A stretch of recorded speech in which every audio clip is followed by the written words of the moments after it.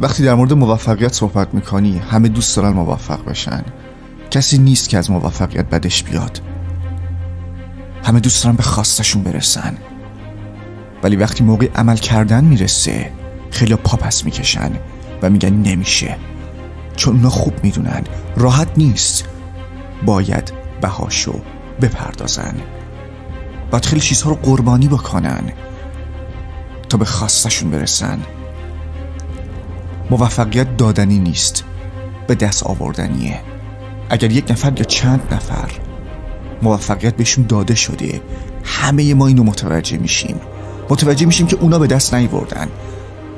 یک نفر اونا رو به خواستشون رسونده و اون موفقیت واقعی نیست، چون خودشون واسش تلاش نکردن، عرق نریختن، زجر نکشیدن، خون دل نخوردن.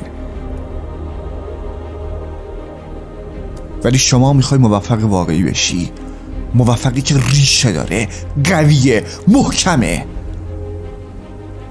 وقتی موفقیت به دست آوردی راحت از دست نمیدی، چون واسه زحمت کشیدی، کسی بهت نداده، خودت به دست آوردی، خودت به چنگ آوردی موفقیت رو و قدرش رو میدونی.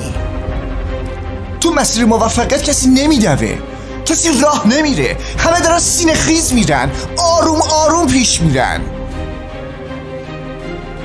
هیچ کس تو مسیر موفقیت نمیدوه، نه، همه سینه خیزن. و فراموش نکن اگر میخوای زمین بخوری با صورت زمین بخور که جلو بیافتی. بعضی موقع توی زندگی هستش که من و شما فکر میکنیم عقب افتادیم، پیشرفت نمیکنیم، ثابت موندیم یا هدفمون رو واسه مدتی کنار گذاشتیم. چی کار باید بکنیم؟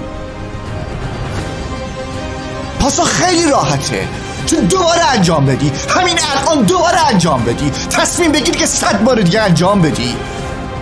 و بهت گفتم با صورت زمین بخوری که جلو بیافتی، سینه خیز بری ولی جلو بری، چرت و پرت از دیگران بشنوی ولی باز هم انجام بدی، دیگران مسخرت بکنن ولی تو باز هم انجام بدی، هیچ کس باور نداشته باشه ولی تو باز هم انجام بدی و خودت باور داشته باشی، خودت توانایی تو باور داشته باشی.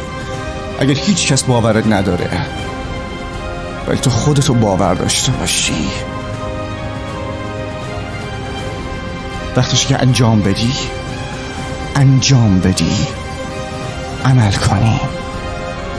عمل کنید.